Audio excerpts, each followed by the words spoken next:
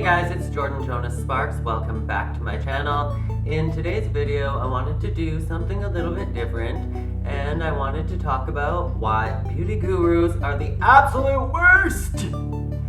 So, to preface this video, as you guys know, if you are familiar to my channel, I do not consider myself a beauty guru. I am just a YouTuber that likes to do makeup, talk about makeup, and do makeup videos.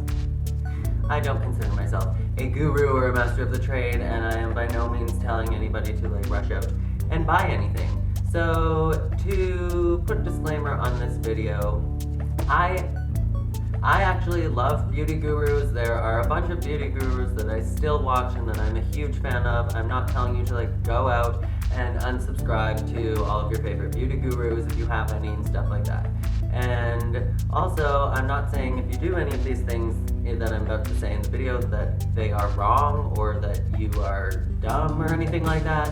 I'm just saying, in my opinion, this is the kind of thing that is perpetuated by beauty gurus that is not the best. So the first one is the idea that you need to have a 979 step makeup regimen. So if you watch literally any of the big beauty gurus, we're talking any of them, then you would know that they all have a 90 million step beauty regimen. They might do the things in slightly different orders, but essentially you have to moisturize your face, you have to prime your face, then you have to put on your foundation, then you have to put on your concealer, then you have to put on your bronzer, and then you're going to contour, and then you're going to highlight, and you might do your brows before you do your eyebrows, or your brows before you do your eyelids, and you're going to have to prime your eyelids with a separate primer that you have to purchase, and then you're going to do your eye makeup, and then you're going to do your mascara, and you have to wear lashes. You can't forget lashes, and you can't forget highlighter, and then you can't forget a setting spray. So anyways, the fact that you need all of these jillion steps to do your makeup, I think I might have even forgot concealing, I'm not sure. But you need all of these steps just to do your makeup. If you are a beginner, do you know how tedious that sounds or how deterrent that is? I think that's a big thing that makes people that are brand new to makeup afraid to try makeup, is they're oh my god, there's a jillion steps, how do I do this? And even with a tutorial that's step by step by step, they're oh no, I could never start. This is $300 worth of makeup.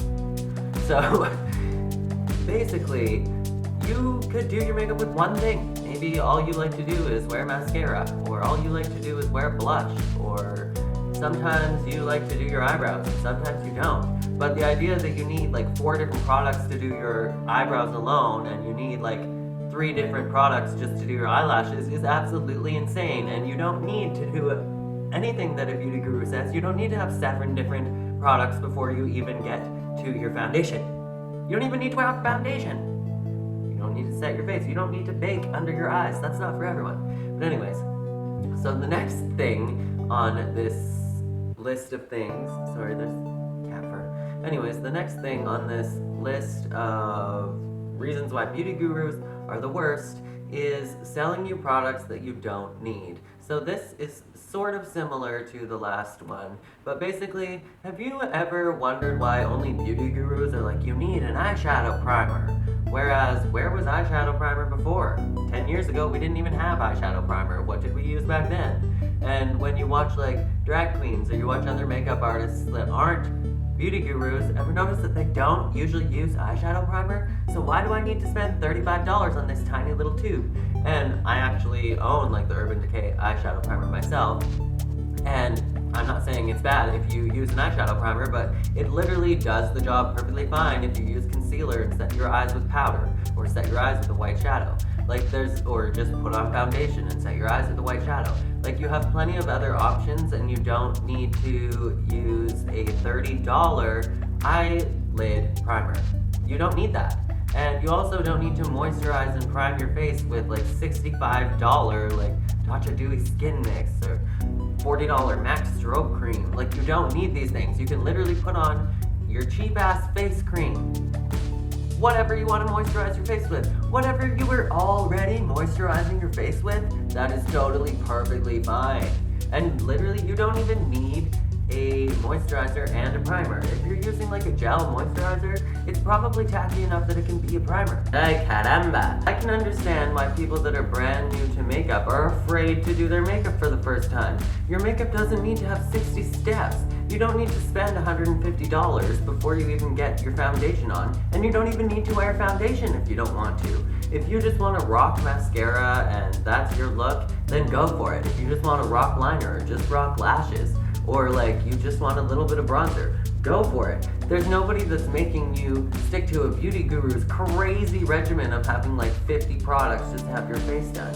And honestly, I've become guilty of this because I watch so many videos and I'm like, I have to do my makeup right, so I have to follow all of these steps.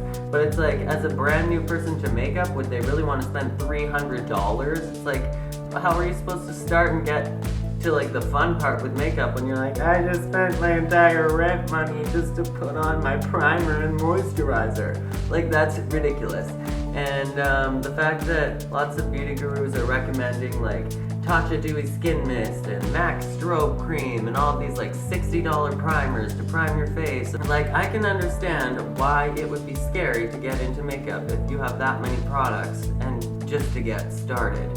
So don't let that deter you from beauty gurus.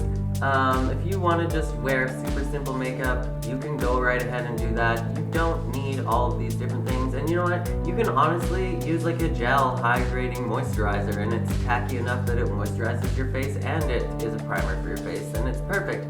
Boom! Now you don't have to spend another $65 on some fancy ass primer. The next thing that bothers me about beauty gurus, this one is super specific. Okay, this one murders me. But just wasting product. Like, have you ever watched beauty gurus be like, okay, I need, my beauty blender has to be damp. And then they get out their $65 primer and they're like, or their $60 setting spray and they like soak their beauty blender with setting spray or primer. That's ridiculous. Just use water. Do you know how much that stuff costs? Oh my god, it's literally crazy. It blows my mind. It's like, you know, obviously if you don't have $1 billion, not everybody can do that. Not everybody can afford to use primer or setting spray. So to put out the idea that you should be soaking your beauty blender with anything but water is absolutely crazy. Like, that is so expensive and such a waste of product that you don't need to waste.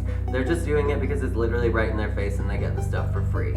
So that brings me to the next reason why beauty gurus are the absolute worst, is the PR. You don't need to do PR hauls and show us all of this free product. And if you're doing PR unboxings or like trying out products, you don't need to tell us, oh my god, you need to go get this product right now. This is the new hottest thing. Oh my god, this is amazing. I've tried it out for 5 seconds. You need to go and buy it. Like, literally, that is just the worst thing, especially for young, impressionable minds that are watching these videos. You don't need to go out and buy a brand new palette for $65. Things like that, that is absolutely crazy.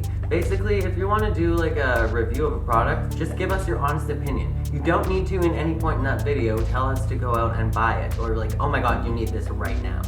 So the next thing that I wanted to talk about why beauty gurus are the absolute worst is the cosmetic surgery. I don't know any beauty gurus that don't have like lip fillers or their entire face done, everything is enhanced. And I'm not saying that there's anything wrong with that, but just the idea that everybody is watching these big beauty gurus because they're the first ones that show up on everybody's newsfeed. They're the ones that dominate YouTube. So for all of these young minds to look onto YouTube and be like, every single person that wears makeup and is pretty has cosmetic surgery. That means I need to get my face cosmetically altered. Like, that idea is absolutely crazy to me as well. And the next reason why beauty gurus are the absolute worst is lying to us about products. Like, it's pretty obvious when you're like going on a giant vacation for a cosmetic product that we're not gonna get an honest review. You guys are being sold, you guys are being bought by these cosmetic companies to go on vacations and stuff like that, and then you're going to go on YouTube and tell us that this product is the absolute best thing in the entire world and we need to go buy it right now. And who paid you $80,000 and gave you a vacation to say that, huh?